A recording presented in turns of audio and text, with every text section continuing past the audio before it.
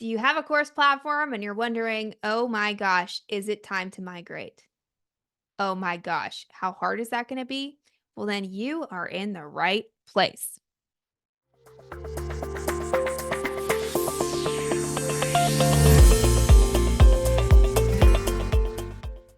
Most people who have a course platform and they're wondering, should I migrate? It's because they have heard a friend talk about something new they're on or heard about a newfangled feature, or their little shiny object disco ball is alive and well. And if that's you, then that's okay. Because I get it. Sometimes we hear about these new features, we hear about these new things, we think, well, that really could benefit my business, but is it worth migrating over? So in this video, I'm going to walk you through the three different kinds of migrations and at what point you should really consider not migrating, because the pain is probably worse than the joy on the other side. So, level one. Level one migrations are just your courses and your members. So, if you have, multiple products and you have multiple members inside of those products, and you learn about another platform and it has more features, it's more, your business can grow into it, whatever the rationale is for moving to another platform. So, just your courses and those members, easy. You should have your programs on some kind of backup drive, so whether that's Google Drive or Dropbox. It's as simple as getting the new platform, uploading the content the exact same way you have it in the old platform. Like, you can even pull up on two sides of your screen. On the left side, you have your old one, and the right side you have your new one, and you just make sure everything looks exactly the same. You can have a VA do it. It's simple, easy peasy pumpkin pie, no big deal. Now, your members, you want to make sure that you pull the members with the appropriate tags so that when you put it into the new platform, you can set up those automations. What I mean by that is, let's say someone has the tag Wellness Workshop 2024. That means they bought your Wellness Workshop in 2024.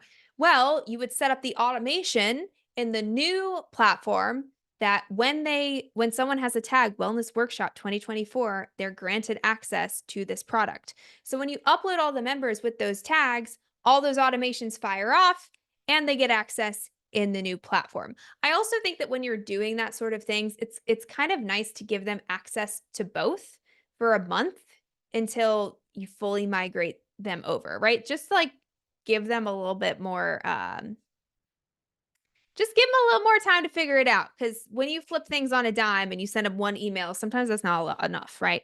So I think that's level one. If it's just your courses and your members and you want to make sure they have access, really, really not like that hard. Level two. Level two is when you have your courses, your online programs, and your members and email. So this is what we often find. People have their CRM and their email in with their courses and they want to move it elsewhere. That's a lot harder, especially considering how many email sequences do you have? How many email funnels do you have? Are these things connected to other things, right? That gets a lot harder. So there's two kind of ways this could happen. Number one, you take a course platform plus an email platform and you merge it into a new platform. That's a little bit simpler because you can map out the flow of how you want everything to work and boom, you plug it into the new software. However, if you have your courses and your email sequences, email marketing in one, and you're trying to split it into two, meaning you're trying to segregate your courses into a platform and your email into a platform, now that's tricky because you got to find something to connect these two platforms. So if you are in a position where you have a lot of tech and you're trying to just bring them all in under one roof, that's usually a lot simpler than having your tech under one roof and you're trying to separate it out for certain features. I would probably really reconsider that option because the integrations and the Zapiers and all the techie bits of that can be really challenging. Level 3. Oh, this is a doozy. When you have your programs and your email marketing, your CRM, and your website. And you want to migrate them. Ouchie mama. That's a lot harder. And I get some of you probably watched my last video about my top 9 platforms and we're like, "Oh gosh, should I migrate?" Well, maybe, maybe not. Let's see.